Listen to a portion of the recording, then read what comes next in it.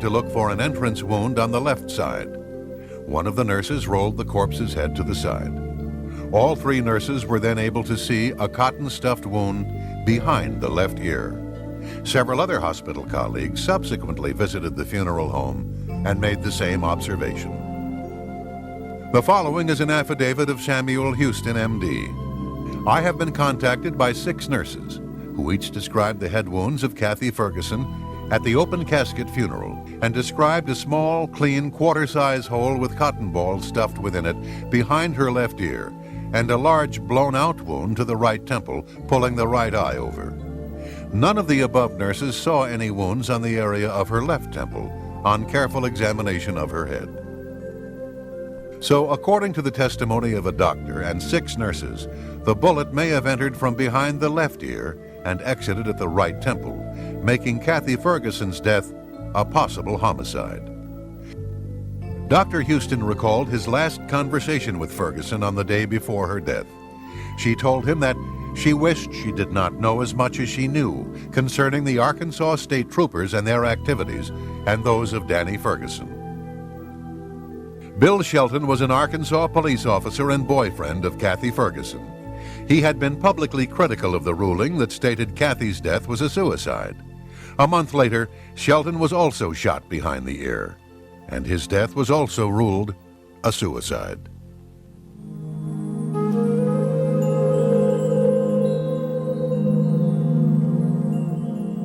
In November 1993, Kathleen Willey was leaving the Oval Office from a private meeting with President Clinton when she ran into her friend, Linda Tripp. Willey told Tripp that Clinton kissed her and fondled her. Tripp described Willey as disheveled. Her face was red, her lipstick was off, and she was flustered. Kathleen's husband, Ed Willey, was manager of the Clinton Presidential Finance Committee. He was found shot to death a few hours after his wife's incident with Clinton. The death was ruled a suicide.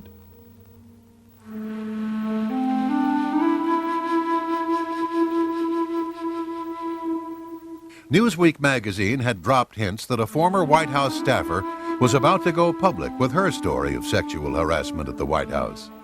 A few days later, on July 6, 1997, Mary Catron Mahoney and 2 other employees at Starbucks coffee shop died of gunshot wounds. The restaurant's doors were locked when the victims were found, and nothing appeared to have been stolen, although nearly $4,000 was in the store at the time. Mary Mahoney was shot as many as 5 times. The Washington Post characterized the crime as an execution-style murder. She had been heavily involved in presidential politics, working on Bill Clinton's campaign in 1992, and served as a White House intern during the first Clinton administration.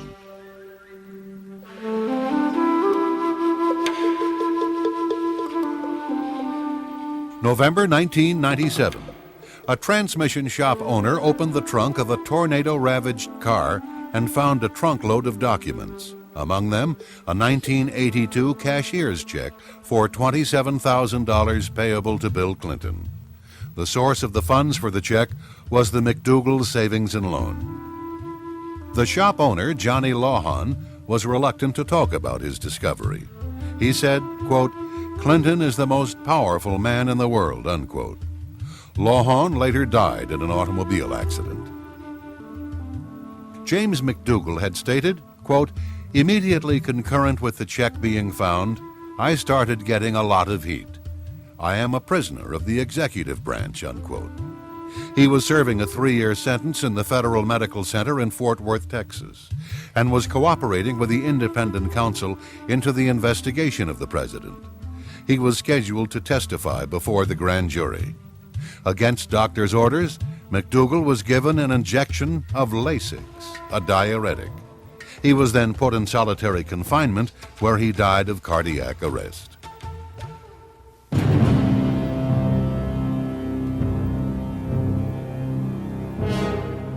Ron Brown was the target of a major probe headed by independent counsel Daniel Pearson.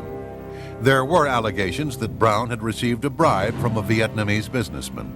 He was also being investigated for numerous scandals by the FBI, the FDIC, a Congressional Oversight Committee, the Energy Department, the Senate Judiciary Committee, and even his own Commerce Department Inspector General. Brown's business partner, Nolanda Hill, would later testify in March 1998 that White House officials wanted him to cover up a scheme involving the sale of U.S. trade mission slots to executives in exchange for contributions for the upcoming Clinton-Gore presidential campaign and the Democratic Party. She said, "Ron expressed to me his displeasure that the purpose of the commerce trade missions had been and were being perverted at the direction of the White House." On April 3, 1996, an Air Force Boeing 737 carrying Commerce Secretary Ron Brown and 34 others on a trade mission to the Balkans crashed into a hillside near Croatia's Dubrovnik Airport. Air Force procedure called for a two-step investigation. However, for the first time in memory, the Air Force canceled the first step, which called for a safety investigation of a crash on friendly soil. An autopsy on Brown's body would typically have been part of this investigation. They instead went directly to the second and final step, consisting mostly of legal proceedings that would mirror the sentiments of the Pentagon and White House officials, who implied the crash was nothing more than an accident. The Croatian wire service reported that the flight data recorder and cockpit voice recorder had been recovered. Later, the Pentagon disputed this, saying that no voice recorder was on board. But Hillary Clinton flew on the very same aircraft 2 weeks prior, making it unlikely that a voice recorder would not have been on board. The Air Force concluded that Brown's plane was 10 degrees or almost 2 miles off course. Maintenance Chief Niko Jersic was in charge of the ground beacons and was scheduled to be grilled by the U.S. Air Force Accident Investigation Team. However, he was found shot to death 3 days following the crash. His death was ruled a suicide. Over 3 hours after the crash, the first search party arrived on the scene and miraculously found a survivor. Air Force Tech Sergeant Shelley Kelly was found alive and would have helped officials with their investigation into the crash. But she died of a broken neck on the way to a nearby hospital.